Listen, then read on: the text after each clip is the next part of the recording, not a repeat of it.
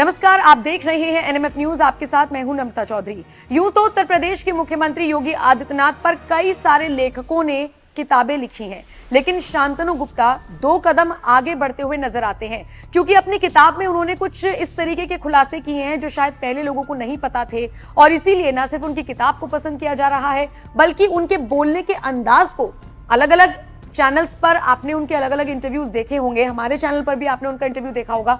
बहुत जबरदस्त तरीके से शांतनु गुप्ता न सिर्फ अपना एक्सपीरियंस योगी के साथ शेयर करते हैं, बल्कि कई ऐसे खुलासे करते हैं जो आपके लिए, जो हमारे लिए बिल्कुल नए हैं।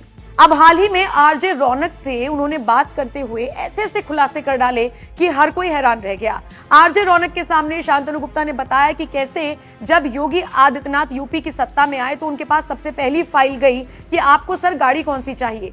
तो जानते हैं योगी आदित्यनाथ का रिएक्शन क्या था। शांतनु गुप्ता बताते हैं कि योगी आदित्यनाथ ने कहा गाड़ी कौन सी चाहिए, मतलब कोई सी भी गाड़ी दे दो, मुझे तो जन सेवा के लिए निकलना है। तो उन्हें बताया गया कि नहीं, मायावती जब सत्ता में थी तो ये वाली गाड़ी यूज करती थी, जब अखिलेश यादव आए तो इतने करोड़ की ये गाड़ी यूज करते थे। और सोचिए, जब यूपी का बजट कई लाख करोड़ हो तो उसमें कुछ करोड़ की गाड़ी कहां मैटर करती है, लेकिन योगी के लिए मैटर करती है, क्योंकि योगी ने जवाब दिया कि मेरे लिए कोई सी भी गाड़ी ले आइए, लेकिन ये इतना बड़ा खर्चा मेरे लिए मत कीजिए। इसके अलावा अगर आप चाहते हैं कि आपको खर्चा करना है तो 250 रुपए का एक भगवा साफा मुझे लाकर दे दीजिए और उस कुर्सी पर बिछा दीजिए, क्योंकि शांतनु गुप्ता बताते हैं कि भगवा रंग उन्हें त्याग की भूमिका बताता है, उन्हें सैक्रिफाइस समझाता है और याद दिलाए रखेगा। और इसी को लेकर योगी आदित्यनाथ ने कहा कि आप मुझे भगवा साफा ला दीजिए।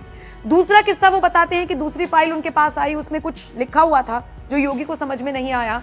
तो उन्होंने पूछा तो बाबू ने समझाया कि सर ये लाइन लिखी हुई है और इसका मतलब ये है कि जो टैक्स है, चाहे मुख्यमंत्री का हो चाहे मंत्रियों का हो, वो सरकार पे करती है। योगी आदित्यनाथ इस पर भी बरस गए। उन्होंने कहा कि ऐसी कौन सी गरीबी है कि मुख्यमंत्री अपना टैक्स खुद नहीं पे कर सकता या मंत्री अपना टैक्स खुद नहीं पे कर सकते। पेन लिया और उस लाइन को काट दिया और वहीं से वो रूल खत्म हो गया जो पिछले 40 साल से चला हुआ आ रहा था।